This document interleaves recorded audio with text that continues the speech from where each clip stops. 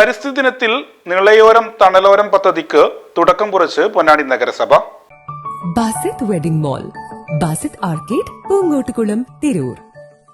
അന്താരാഷ്ട്ര പരിസ്ഥിതി ദിനത്തിന്റെ ഭാഗമായി വിനോദസഞ്ചാരികളുടെ ആകർഷക കേന്ദ്രമായ നിളയോര പാതയിലാണ് തണൽ മരങ്ങളും ഫലവൃക്ഷങ്ങളും ഔഷധച്ചെടികളും വെച്ചുപിടിപ്പിക്കുന്ന പദ്ധതിക്ക് പൊന്നാനി നഗരസഭ തുടക്കം കുറിച്ചത്. നിളയോര പാതയോട് ചേർന്നുള്ള 5 കിലോമീറ്റർ നീളത്തിൽ തൈകൾ വെച്ചുപിടിപ്പിച്ച് ഹരിതമനോഹരമാക്കുന്ന പദ്ധതിയാണ് നിളയോരം തണലോരം. 5 കിലോമീറ്റർ നീളത്തെ 8 സോണുകളായി തിരിച്ചാണ് പദ്ധതി നടപ്പിലാക്കുന്നത്. വിവിധ സന്നദ്ധ സംഘടനകൾ തൈ നടുന്നതിന്റെയും പരിപാലനത്തിന്റെയും ചുമതല ഏറ്റെടുക്കുവാൻ മുന്നോട്ട് വന്നു എന്നത് ഈ പദ്ധതിയുടെ ആകർഷകമാണ്. സോൺ 1 മുതൽ 4 വരെ പൊന്നാനി MES കോളേജിലെ NSS യൂണിറ്റും ബയോഡൈവേഴ്സിറ്റി ക്ലബ്ബുമാണ്. സോൺ 5-6 പൊന്നാനി സ്പോർട്സ് അസോസിയേഷനും സോൺ 7-8 യുവ ക്ലബ്ബ് പൊന്നാനിയുമാണ് ഏറ്റെടുത്ത് പരിപാലിക്കുക. പൊന്നാനി നഗരസഭാ ചെയർപേഴ്സൺ CV സുധ തൈ നട്ടുകൊണ്ട് പദ്ധതി ഉദ്ഘാടനം ചെയ്തു. ഇതോടനുബന്ധിച്ച് നടന്ന ചടങ്ങിൽ വൈസ് ചെയർപേഴ്സൺ CP സക്കീർ അധ്യക്ഷത വഹിച്ചു. ഫോറസ്റ്റ് സ്റ്റേഷൻ ഓഫീസർ ബാബുരാജ് പരിസ്ഥിതി ദിന സന്ദേശം നൽകി.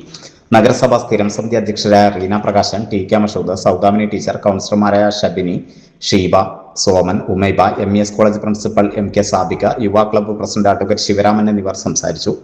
ആരോഗ്യ സ്റ്റാൻഡിംഗ് കമ്മിറ്റി ചെയർമാൻ സനൽകുമാർ സ്വാഗതവും HI ഗീത നന്ദിയും പറഞ്ഞു.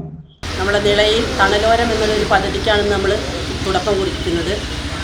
നമ്മുടെ ലോക പരിസ്ഥിതി ദിനത്തോടനുബന്ധിച്ച് നമ്മളൊരു മരം നട്ടു പോവുക എന്നതിലുപരി അതിനെ പരിപാലിച്ചുകൊണ്ട് നമ്മുടെ ആവാസ വ്യവസ്ഥയെ നിയന്ത്രിക്കുക എന്നതുകൂടി നമ്മുടെ കർത്തവ്യമാണ്.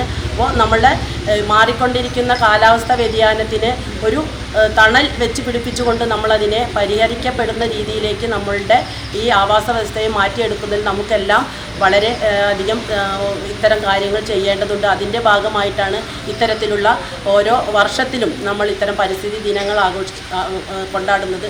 മഴക്കാലത്ത് വെയിലുണ്ടാവുകയും വെയിലുള്ളപ്പോൾ കഠിനമായ ചൂടുണ്ടാവുകയും മഴ പെയ്യുമ്പോൾ ഒറ്റ രാത്രി കൊണ്ട് അതിവൃഷ്ടി ഉണ്ടാവുകയും ചെയ്യുന്ന തരത്തിൽ കാലാവസ്ഥാ വ്യതിയാനം നമ്മൾ അനുഭവിച്ചു വരികയാണ്. അപ്പോൾ അതിനെതിരെ പ്രതിരോധിക്കുക,